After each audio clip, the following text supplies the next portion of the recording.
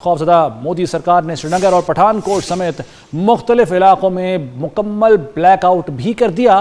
Pathankot airbase और मकबूजा कश्मीर के मुख्तलिफ इलाकों को हमले का दावा। भारत की जाली हमलों से पाकिस्तान को बदनाम करने की ये कोशिश नाकाम। भारतीय न्यूज़ एंकर्स मिनटों में मौक़िफ़ तब्दील करते रहे। मज़ीद मालूमात लेकर इसी बारे में नुमाइंदा खुसूसी अहमद मंसूर से। अहमद मंसूर, क्या नई ड्रामेबाजी की है भारतीय मीडिया ने? देखें, बड़ी दिलचस्प सूरत हाल है। इंडियन चैनल्स देखें और बड़े बड़े नाम हैं और वो फेक न्यूज और प्रोपेगेंडा, उसकी एक नई किस्त उन्होंने जारी की है और ये वावेला करना शुरू किया है कि पाकिस्तान की तरफ से हमला किया गया है जम्मू में, कश्मीर में, और उसके साथ साथ पाकिस्तानी जो जहाज़ों के गिराने की खबरें भी शुरू कर दी हैं। तो उस हवाले से जो हमारे सिक्योरिटी और इंटेलिजेंस जराए हैं उनकी जानिब से ये इसके बारे में ये वजाहत आई है और ये बताया है कि पाकिस्तान ने अब तक जम्मू और कश्मीर में किसी भी हदफ को निशाना नहीं बनाया। इंडियन जो मीडिया है वो झूठी खबरें चला रहा है और पाकिस्तान जब भारत पर जवाबी हमला करेगा तो इंडियन मीडिया को बताने की जरूरत नहीं पड़ेगी, पूरी दुनिया को खुद ही पता चल जाएगा। ये वाली बात DGISPR ने भी नायब वज़ीर-ए-आज़म इसहाक डार के साथ जो प्रेस कॉन्फ्रेंस की है उसमें भी उन्होंने ये कही थी कि जब हम जवाब देंगे तो फिर किसी इंडियन मीडिया को जरूरत नहीं होगी, हमारा जवाब ऐसा होगा कि पूरी दुनिया को खुद पता चल जाएगा। अब ये भारत फेक न्यूज क्यों फैला रहा है, इसकी जो वजह है वो वाज़ेह है और इन फेक न्यूज खबरें को फैलाने का मकसद ये नाकाम और झूठा तासुर पैदा करना है कि पाकिस्तान भी भारत पर हमला कर रहा है और इन झूठी खबरों को फैलाकर भारत पाकिस्तान पर जो उसने अपनी नंगी जारियत मुसल्लत की हुई है उसे जारी रखने का वो एक और झूठा जवाब पैदा करना चाहता है। ऐसी कोई सूरत हाल नहीं है ये इस वक्त तक की, और जब ऐसा कुछ हुआ तो यकीनन उसका सबको पता चल जाएगा, ये बिल्कुल वाज़ेह है। जी ठीक है अहमद मंसूर, बहुत शुक्रिया आपका।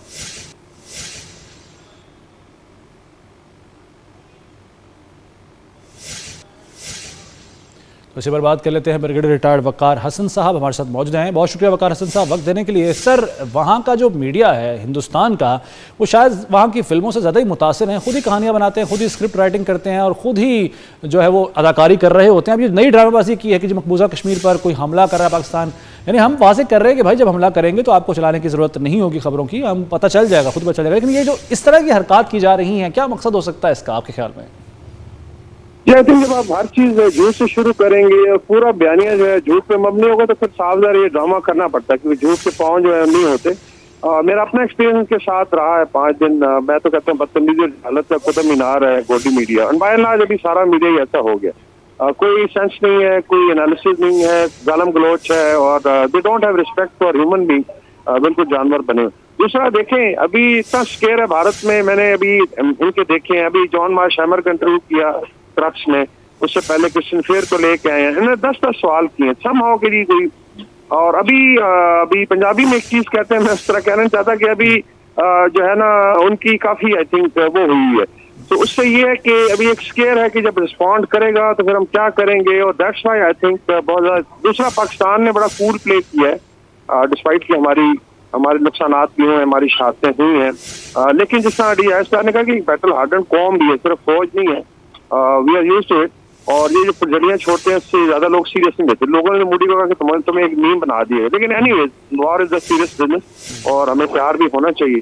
तो आई थिंक उससे पहले फिर साफ जाहिर है जब आप फॉल्स फ्लैग से शुरू करेंगे और पूरे साउथ एशिया का अमन दाव पे लगाएंगे और कोई आपकी नहीं सुनेगा तो फिर फॉल्स फ्लैग चलते जाएंगे, फिर आप कवर करने की कोशिश करते हैं।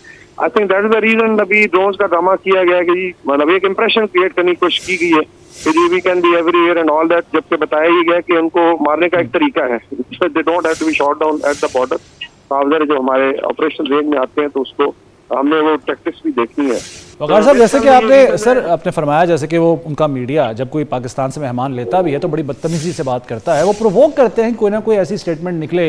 लेकिन हमारा जो जितने भी यहाँ से गुफ्तगू करें तज्जियाकार, वो बड़ी जिम्मेदारी से बात करते हैं। इस तमाम तर चीज़ों में नाकामी के बाद अब ये इस तरीके से इस तरफ से आ रहे हैं कि वो शेर आया, लेकिन जब शेर आएगा तो इन बेचारों को खबर तक नहीं होगी। ये ऐसे ही है अभी। आई थिंक उसमें मैं इसको कहता हूँ it's a scared nation, it's a scared government. ये उस चीज की निशानी होती है जब आप आर्गुमेंट जो है आप मतलब मेहमान के तौर पे बुलाते हैं, वैसे एक बेसिक तमीज है कि मेहमान फिर आप टाइम देते हैं, उसके बाद उसके अंदर आपने इंटरप्ट करना है, आपने आवाज आप डाउन करनी। सो व्हाट दैट इंडिकेट, मतलब एक है कि पता नहीं मोदी साहब के खिलाफ या तोमर साहब के खिलाफ कोई ऐसा नैरेटिव जो भारत के अगेंस्ट में बन जाए, तो ठीक है, आप एक लॉजिक बबल में रहना चाहते हैं एक बदतहजीबी की दुनिया में, तो आपको मुबारकबाद। बाकी जो है आई थिंक भारत को पता है कि उनके साथ क्या हुआ है, इनकी एयरफोर्स कितनी शुक्ति हुई है। Actually their military has become an embarrassment to their arms suppliers. मैं हमेशा कहता हूँ कि इनकी मिलिट्री जो है अभी आप जाए तो इंटरनेशनल डिफेंस जो सोशल मीडिया डिफेंस को सिक्योरिटी को डील करते हैं, अमेरिकन भी है, यूरोपियन टर्की में है, और वहाँ कहा जा रहा है कि जी अगर आपने स्मार्ट मार्केटिंग करनी है, give your weapon to Pakistan air force and Pakistani military. अगर आपने बेइज्जत होना है और स्टॉक गिरवाने हैं तो फिर इंडिया को दे दे। So this is I think people are seeing it. लोग भले नहीं है। वेस्टर्न आई थिंक वर्ल्ड का एक हिपोक्रेसी है, ये सारा एक्शन उन्होंने देखा है ऊपर सैटेलाइट से, ठीक है, और अभी आस्ते आस्ते भी करें। हाँ जी, एक प्रोफाइल की एक रिपोर्ट दे दी उन्होंने CNN पे, हाँ जी एक जहाज गिरा है, बाकी इन्वेस्टिगेट करें। So I think it is all information domain में एक वॉरफेयर है। और लेकिन I think Pakistani people, Pakistani government, Pakistan की मिलिट्री इसको हैंडल किया है। Hats off to all the 3 services. अभी नेवी ने एक्शन में आना है, बाकी दोनों फोर्सेज एक्शन में है, फ्रंट से लीड किया है। तो आई थिंक इसी चीज की टेंशन है। बाकी थोड़ा मैं अपने जो दोस्त हैं स्पेशली एडवाइज ही कर सकता हूँ कि जंग की हालत में अपनी कौम का, अपनी फौज का साथ दिया जाता है, कीड़े नहीं निकाले जाते। और अगर भी कर रहे हैं तो फिर साउदर्न यूपी की बात ठीक है। तो जंग में जो आपकी फौज पे संगबाजी करता है वही गद्दार है, भी कहना नहीं चाहिए, लेकिन यू कैन नाउ आइडेंटिफाई। तो अपने लोग हैं, एक I would say this supporting Indian narrative. आवाम को रिक्वेस्ट है कि अगर फर्स्ट करें कोई चीज गिरती है, कि होता है, कोई डैमेज होता है, तो फौरन लेके मोबाइल पे मत चढ़ा दें, you are doing a disservice. आप मुतलका उनको दें, आपकी रेटिंग जो है या आपको कुछ डॉलर मिल जाएंगे। आई थिंक दैट इज डिससर्विस। तो उसको थोड़ा, लेकिन इसका एक फायदा कम से कम ये जरूर हो रहा है कि अपनी सफों में जो गद्दार है उनकी निशानदही बहाने जरूर हो रही है। सर साथ ही रहिएगा वकार हसन साहब। फेस सेविंग जो के लिए कोई कार्रवाई करते हैं वो भी नाकाम हो जाती है। अच्छा, ये अपने आवाम को मुतमईन करने के लिए तो ऐसी झूठी खबरें चलाते ही रहते हैं, और जैसे कि आपने भी बिल्कुल राइटली पॉइंट आउट किया है कि जो इनकी बॉलीवुड इंडस्ट्री है वो हर थोड़े दिन बाद जब उनकी ख्वाहिश होती है कोई ऐसी फिल्म बना लेते हैं। ये अलग बात है कि उसमें भी ड्रामेबाजी ही होती है, गप्पें छोड़ी होती हैं, लेकिन पूरी दुनिया को तो नज़र आ ही रहा है ना अहमद, और जाहिर है तमाम दुनिया इसी वजह से भारत का उस तरह से साथ नहीं दे रही जैसे उन्होंने उम्मीद कर ली हुई थी कि उनके साथ सारे मुल्क खड़े हो जाएंगे। सिर्फ एक इसराइल के अलावा कोई भी भारत के इस झूठे बयानिए को बाय नहीं कर रहा है। जी बिल्कुल, मैं तो इस बात से पूरा कन्विंस हूँ कि पूरी दुनिया को नजर आएगा और जल्द नजर आएगा। और उसकी एक बहुत बुनियादी वजह है कि भारत ने पाकिस्तान पे हमला किया है। पाकिस्तान में 31 जो मासूम जाने हैं, पाकिस्तानी शहरी हैं, बच्चे हैं, औरतें हैं, उनका नाहक खून किया है, उन्हें शहीद किया है। उसका बदला पाकिस्तान पे फर्ज है। और अफवाज पाकिस्तान की खुद मुख्तारी को कोई जिक्र नहीं पहुंचने देगी। इसका हमें पूरी कौम को एतमाद है। और इस वक्त पाकिस्तान की पूरी कौम हमारी अफवाज पाकिस्तान के पीछे जिस तरह खड़ी है, तो इंशाल्लाह किसी को भी मायूसी नहीं होगी। अच्छा, ये बताएगा अहमद मंसूर, तमाम तरह अब तक हरबे जो आजमाए जा चुके हैं भारत की जानिब से या भारतीय मीडिया की जानिब से, व्हाट नेक्स्ट? आप चूँकि ज़ाहिर है बड़े अरसे से कवर भी कर रहे हैं इन तमाम खबरों को भी, और जिस तरीके से जो इनके हरबे होते हैं उनको भी बड़े अच्छे तरीके से समझते हैं, क्या मज़ीद एक्सपेक्ट किया जा सकता है भारत और भारतीय मीडिया की जानिब से? किस हद तक गिर सकते हैं? चले मैं अगर सही अल्फाज इस्तेमाल करूँ, किस हद तक मज़ीद ये गिर सकते हैं? देखें, ये तो DGSPR की आपने आज जो प्रेसर सुनी, उन्होंने भी यही कहा कि मतलब ये बंद कर दें ये ड्रामेबाजी। मतलब किसी को तवक्को ही नहीं है कि अब वो और इस हद तक गिर सकते हैं। वो हर हद पार कर सकते हैं इस काम में। ये तो बिल्कुल सामने की बात है।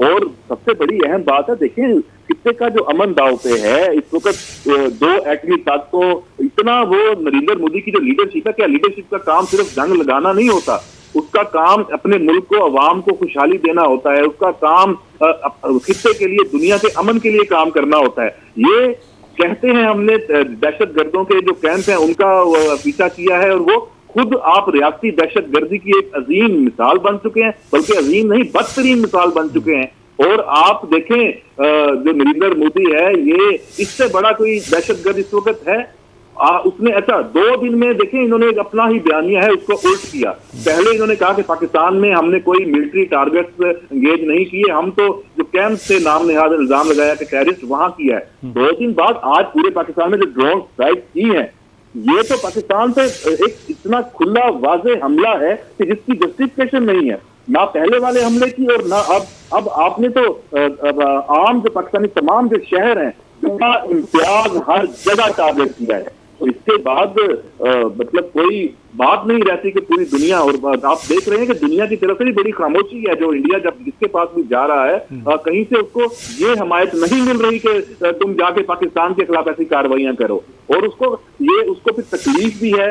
आप उसका जो जयशंकर है, जो वजीर खारजा, उसको देखें किस तरह उसने यूरोप के ऊपर तनकीद की कि इस वक्त मौका था। जी अहमद, अच्छा अहमद से रब्ता ग़ालिबन मुनक़ता हो गया, दोबारा उनसे रब्ता करने की कोशिश करते हैं। तो भारतीय मीडिया अपनी रिवायत को बरकरार रखते हुए फेक न्यूज़ चला रहा है, झूठी खबरें चला रहा है। मकसद एक तो कन्फ्यूजन फैलाना है, दूसरा अपने आवाम को मुतमईन करने की एक नाकाम कोशिश भी है। अब F-16 तैयारों के हवाले से ये खबरें चला रहे हैं और इसके साथ साथ ये कह रहे हैं कि जी F-16 तैयारा गिराया गया पाकिस्तान का, हालांकि ऐसी खबर में कोई सच्चाई नहीं। उसके साथ साथ जम्मू कश्मीर, मकबूजा जम्मू कश्मीर में ब्लैकआउट भी किया गया है भारत की जानिब से, और भारतीय मीडिया ये खबर चला रहा है साथ ही साथ कि वहाँ पाकिस्तानी हमला हो सकता है। हालांकि इन्हें बताकर हमला नहीं होगा, बल्कि जब हमला होगा तो इन्हें लग बता जाएगा। ये चीज़ शायद भारतीय मीडिया को समझ नहीं आ रही है। उसके साथ साथ F-16 तैयारा गिराने की भी झूठी खबरें मुसलसल भारतीय मीडिया पर चलाई जा रही हैं, और इस पर पूरी दुनिया जाहिर है ये जानती है, समझती है, और पूरी दुनिया की नज़र भी है इस वक्त इस खित्ते में कशीदगी के ऊपर, और वो ये जानते हैं कि जो भारतीय मीडिया खबरें चला रहा है उसमें कोई किसी किस्म की सच्चाई नहीं है। तो एक बार फिर हमारे साथ मौजूद हैं अहमद मंसूर। अहमद मंसूर, इससे पहले मकबूजा जम्मू कश्मीर में ब्लैकआउट की खबरें भी चलाई गई भारतीय मीडिया की जानिब से, और अब ये F-16, तो ये यानी सिलसिला जो है वो अब नज़र ही आ रहा है। जब दुश्मन इस तरह के हथकंडों पर उतर आए तो ये एक साइन होता है कि वो हार चुका है या हार मान चुका है, क्योंकि उनके पास अब कुछ रहा नहीं, उनकी पटारी में अब कुछ रहा नहीं है। देखिए, मैं समझता हूं कि ये एक तरह से यही एक खतरनाक साइन भी है।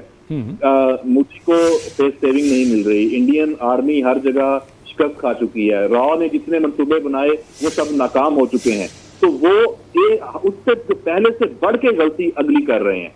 तो हर जो जंग का माहौल है उसमें हर जो होगी, तो आप खुद देखें कि वो किस तरह एक जंगी जुनून ही पैदा हो रहा है इससे। और उसमें जैसे आपने खुद बताया कि वहां पे हालात ये हैं कि मीडिया जिस तरह वॉर हिस्टेरिया क्रिएट कर रहा है, इसके साथ साथ वहां पे ये जो ब्लैकआउट और उसके बाद हमलों का तासुर और सारी चीजें, तो ये चीजें आप बता रही हैं कि वो उसके मकासद बढ़ते जा रहे हैं। वो जो जब एक मकसद हल नहीं कर रहा तो वो आगे बढ़ के और ज्यादा जाहिरियत कर रहा है, आगे बढ़ के और ज्यादा बर्बरियत कर रहा है। तो कश्मीरी अवाम पे भी आपको मुजालिम नजर आ रहे हैं। आप देखें, अपने सिखों को खुद टारगेट कर रहा है सिर्फ इस बुनियाद पे कि पाकिस्तान से सिखों को बदजन किया जाए। ये बदजन करने की कोशिश जरूर कर रहा है, लेकिन ये कोशिश में कभी भी कामयाब नहीं हो सकेंगे। बहुत शुक्रिया अहमद मंसूर हमसे बात करने के लिए।